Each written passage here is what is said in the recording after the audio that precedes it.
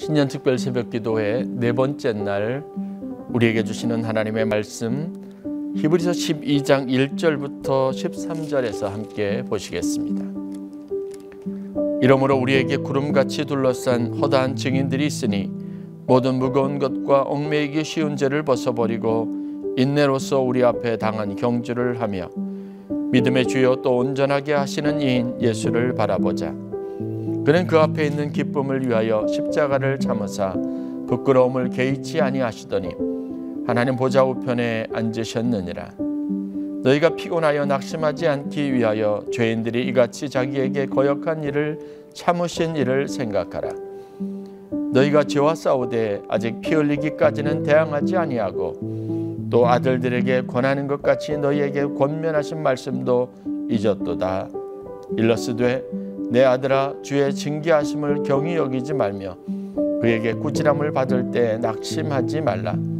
주께서 그 사랑하시는 자를 징계하시고 그가 받아들이시는 아들마다 채찍질 하심이라 하였으니 너희가 참음은 징계를 받기 위함이라. 하나님이 아들과 같이 너희를 대우하시나니 어찌 아버지가 징계하지 않는 아들이 있으리요. 징계는 다 받는 것이거늘 너에게 없으면 사생자여 친아들이 아니니라. 또 우리 육신의 아버지가 우리를 징계하여 공경하였거든 하물며 모든 영의 아버지께 더욱 복종하며 살려하지 않겠느냐. 그들은 잠시 자기의 뜻대로 우리를 징계하였거니와 오직 하나님은 우리의 유익을 위하여 그의 거룩하심에 참여하게 하시느니라. 무릇 징계가 당시에는 즐거워 보이지 않고 슬퍼 보이나 후에 그로 말미암아 연단받은 자들은 의와 평강의 열매를 맺느니라. 그러므로 피곤한 손과 연약한 무릎을 일으켜 세우고 너희 발을 위하여 곧은 길을 만들어 저는 다리로 하여금 어그러지지 않고 고침을 받게 하라. 아멘. 이는 살아계신 하나님의 말씀입니다. 오늘은 여러분들과 함께 달리 보여야 달리 산다라는 말씀의 제목으로 은혜를 나누도록 하겠습니다. 사실 우리가 살아가면서 어려움을 경험하는 것을 일부러 원하는 사람들은 없을 겁니다. 고난을 좋아하는 사람도 역시 마찬가지입니다. 우리가 가능하면 피하고 싶은 현실이 바로 고난과 어려움 혹은 유혹과 같은 인생의 큰 위협들입니다. 이것 없이 살 수 있다면 정말 얼마든지 우리의 인생이 복된 삶이 될 수 있다고 저나 여러분들이 다 그렇게 공감하실 수 있을 겁니다. 그럼에도 불구하고 여러분, 우리는 인생을 살면서 험난하고 고통스럽고 아프고 힘든 일을 경험하지 않고 살아갈 방법이 없습니다. 갑작스럽게 세상을 떠나신 최규하 목사님, 이제 장례식을 저희들이 진행하게 됩니다. 지난 주일까지 그리고 일주일 전에 저와 개인적으로 통화하면서 나눴던 그 쟁쟁하신 모습들, 건강하신 모습들, 그러한 생각들을 가져볼 때 갑작스럽게 우리 삶에 닥친 이 당황스럽고 정말 어떻게 이해할 수 없는 이 일들에 대해서 우리가 대처할 수 있는 능력이 사실 없습니다. 신앙적으로 이 일을 받아들인다고 해서 과연 우리가 마음에 정서적으로 그만큼 큰 위로를 그렇게 쉽게 받을 수 있을까? 라는 측면에서 보면 여전히 그것은 우리에게 참 어려운 문제이기도 합니다.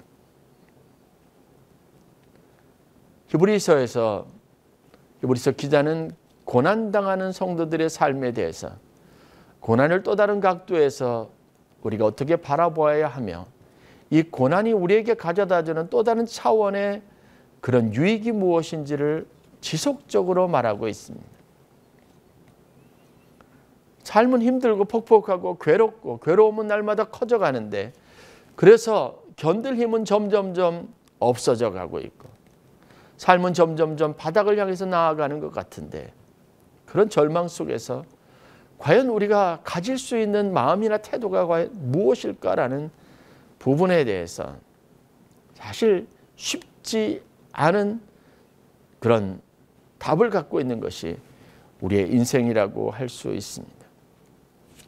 저나 여러분이나 그리고 여기 있는 모든 성도님들은 다 고난이라고 하는 현실 앞에 무기력한 사람들입니다. 이것을 이길 수 있는 힘도 사실 많지 않습니다. 제가 하나님 말씀을 전할 때마다 가지고 있는 딜레마가 바로 그겁니다. 여러분 모두가 복되기를 원하고 그 복된 삶을 살기 위한 하나의 원리, 성경이 말하고 하나님께서 우리에게 말씀하신 어느 영적인 원리가 분명하게 존재합니다. 그리고 그 말씀을 따를 때 우리는 약속하신 하나님의 축복을 누릴 수 있는 것이 당연한 것이고 그것이 우리가 가지고 있는 믿음의 본질이기도 합니다. 신앙생활에 열심을 내는 이유가 있다면 고난을 받기 위해서라고 말할 사람은 아무도 없습니다. 이왕이면 easygoing, 좀 더 쉬운 길, 편안한 길, 그리고 아름다운 삶을 살기를 바라는 마음들을 다 가지고 있습니다. 우리가 둘째 날 함께 묵상했던 것처럼 하나님이 우리에게 바라시는 것, 우리에게 주시고자 원하시는 삶이 무엇입니까? 그것은요, 단지 먹고 마시는 것이라 할지라도 그것이 우리의 육체의 즐거움이 되기를 원하는 겁니다. 땀 흘려 수고했다면 그것에 대한 정당한 보람과 열매가 있어서 그것이 후회가 되지 않고 땀 흘린 시간이 오히려 우리에게 더 큰 배가 되는 기쁨을 주는 그런 복된 삶을 원합니다. 사람들과 함께 어우러져 사는 즐거움과 기쁨을 다 소망하고 있습니다. 이게 우리가 바라는 삶이고 우리의 삶을 통해서 이루어야 할 하나님의 축복임에 분명합니다. 그런데 인생을 아무리 다른 각도에서 살펴보더라도 고난과 시험과 어려움과 사망의 음침한 골짜기를 걷는 과정들을 빼고 완벽하게 아름답고 선하고 깨끗하고 온전하기만 한 우리의 기대와 부응하기만 하는 삶은 존재하지 않습니다. 그리고 존재하지 않는 삶을 우리가 지금껏 살아왔습니다. 그럼에도 불구하고 왜 히브리서 기자는 현실성 없어 보이는 것 같은 이 문제를 다루면서도 그것에 하나님의 영적인 교훈이 있다고 말하고 그것으로부터 우리가 하나님 앞에 이길 수 있는 힘을 갖기 위해서 혹은 견디고 인내할 수 있는 힘을 갖기 위해서 믿음의 시각을 가져야 한다고 그렇게 권면하고 있는지 그 의미를 잘 살펴볼 수 있어야 합니다. 사실 히브리서의 근간이 되고 있는 히브리서 당시 쓰여질 당시에 있었던 많은 사람들의 신앙적인 태도는 유대주의 사상에 아주 굉장히 밀접한 관계들을 가지고 있습니다. 그들은 유대인 출신이었지만 많은 사람들이 예수를 믿고 예수의 복음의 가치 앞에서 새로운 신앙의 길로 들어선 사람들입니다. 그들이 유대주의를 버리고 예수 그리스도의 생명을 취하기로 작정했다는 것은 이전의 삶보다 더 복되고 더 낫고 더 아름답고 더 확실한 보증 있는 인생을 향하여 나아가고자 원했던 바람이 포함되어 있고 그것 때문에 선택한 길이었다는 것입니다. 그런데 현실적으로 그들은 지속적인 어려움과 고난 가운데 있어야 합니다. 특별히 히브리서의 그런 역사적 배경이 되는 시기를 보면 예수를 믿는다는 것 때문에 수없이 많은 사람들에게 미움을 받고 손가락질 당하고 그것 때문에 신앙 공동체 전체가 제국으로부터 큰 위협과 박해를 받고 늘 언제나 같이 있었던 동료들이 붙잡혀가고 그리고 형장이 일실로 사라져가는 안타깝고 공포적인 분위기 속에서 살아야만 했습니다.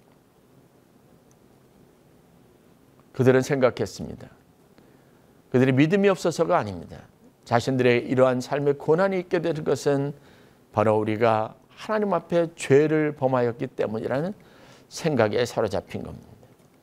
우리가 하나님 앞에 죄를 지었다. 범죄한 우리의 삶 때문에 이렇다는 겁니다. 문제는 고난도 견디기 힘든데 스스로 마음에 가지고 있는 이 죄책감이나 자책감을 이길 수 있는 방법이 사실은 없었습니다. 그것이 이때 박해 가운데 있었던 고난당하는 성도들에게 있어서 무엇보다 더 큰 문제였습니다.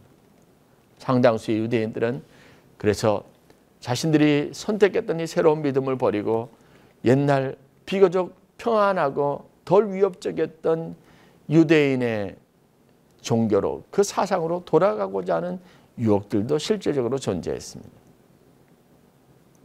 우리가 성경에 욥을 통해서 보는 것과 같은 심각한 도전과 위협들 앞에 서 있습니다. 욥의 친구들은 유대주의자들입니다. 정통적인 유대주의 신앙을 가지고 있었던 사람들입니다. 그들은 욥이 당하고 있는 이 모든 고난의 원인이 그의 죄 때문에, 그의 하나님 앞에 범죄한 어떤 구체적인 사실 때문에, 실질적으로 드러나지 않더라도 그의 내면에 깊숙하게 감추어뒀건 드러나지 않았던 죄의 문제 때문에 일어난 결과물이라고 생각을 했습니다. 그래서 그들은 위로가 아니라 참소하는 말로 욥의 마음을 후볐습니다. 아프게 했습니다. 그런 많은 사람들의 마음에, 그들의 생각에 오늘 하나님께서 아주 중요한 도전들을 하고 있습니다.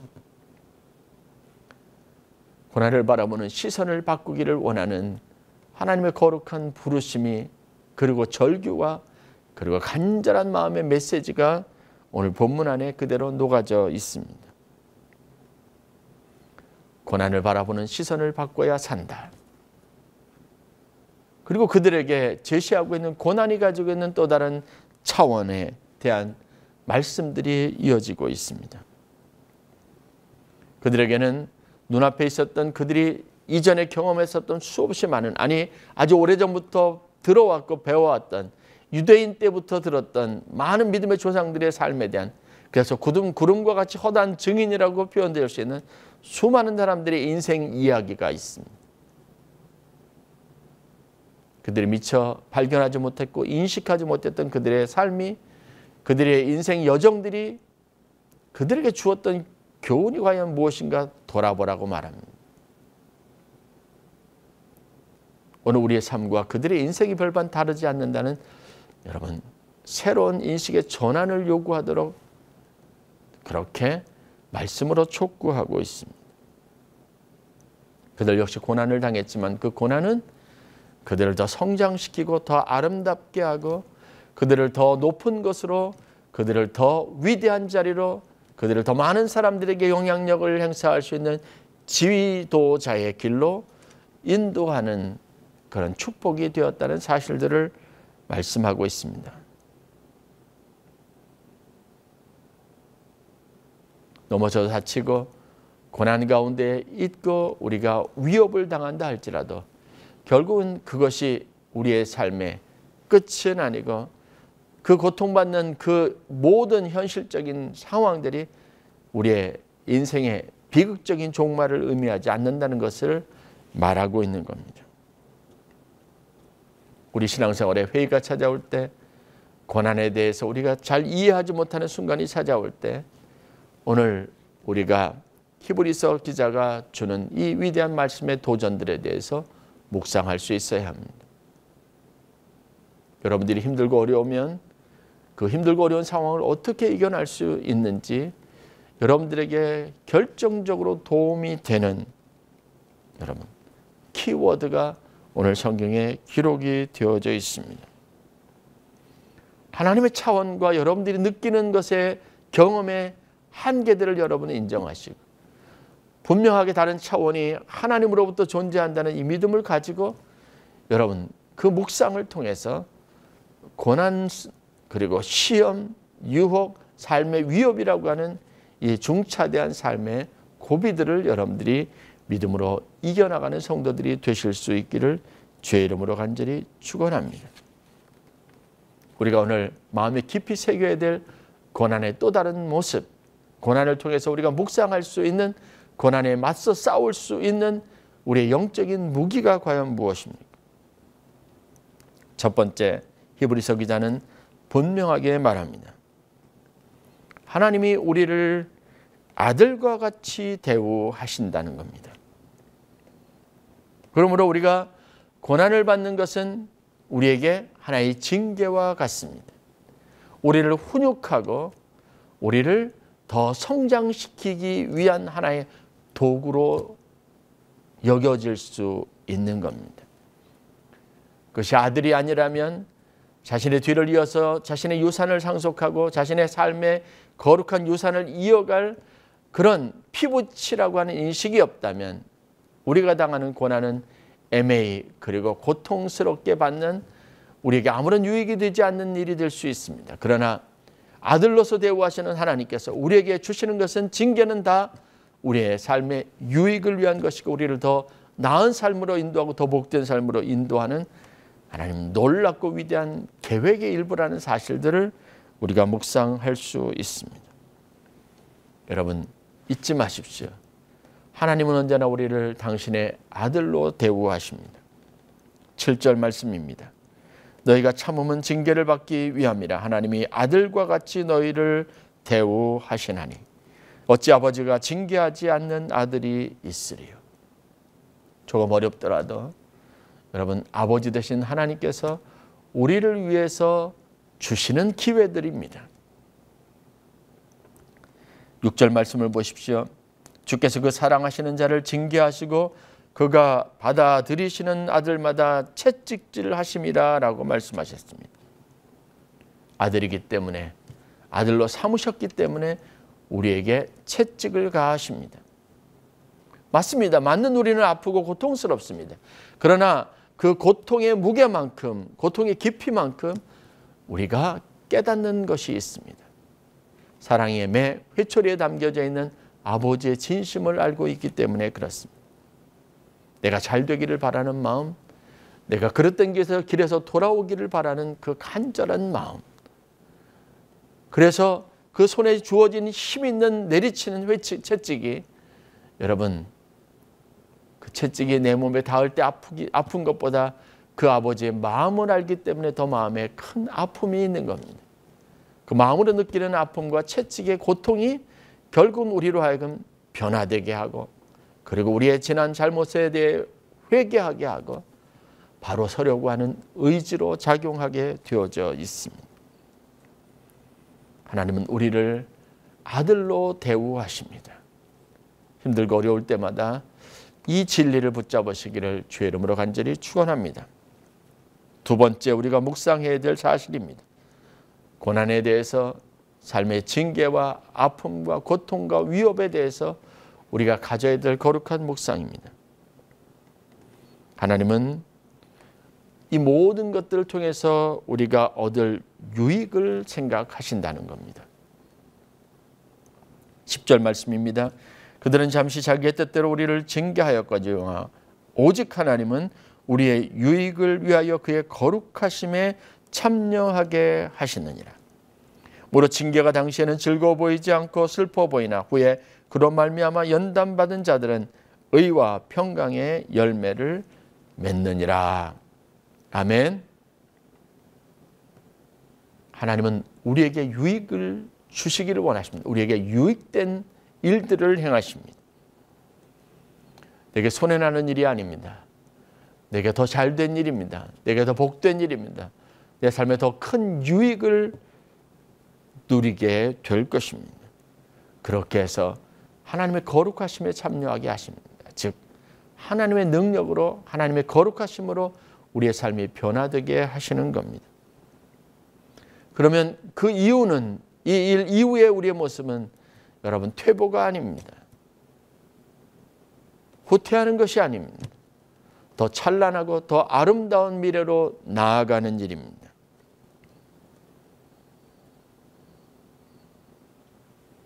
하나님의 이 위대한 계획 안에 우리에게 유익을 끼치기 위한 하나님의 모든 다른 차원의 섭리 안에서 여러분들이 하나님을 기뻐하고 고난을 이기는 힘을 가질 수 있기를 주의 이름으로 간절히 축원합니다. 요한복음 9장에 날 때부터 앞을 보지 못했던 맹인 이야기가 나옵니다.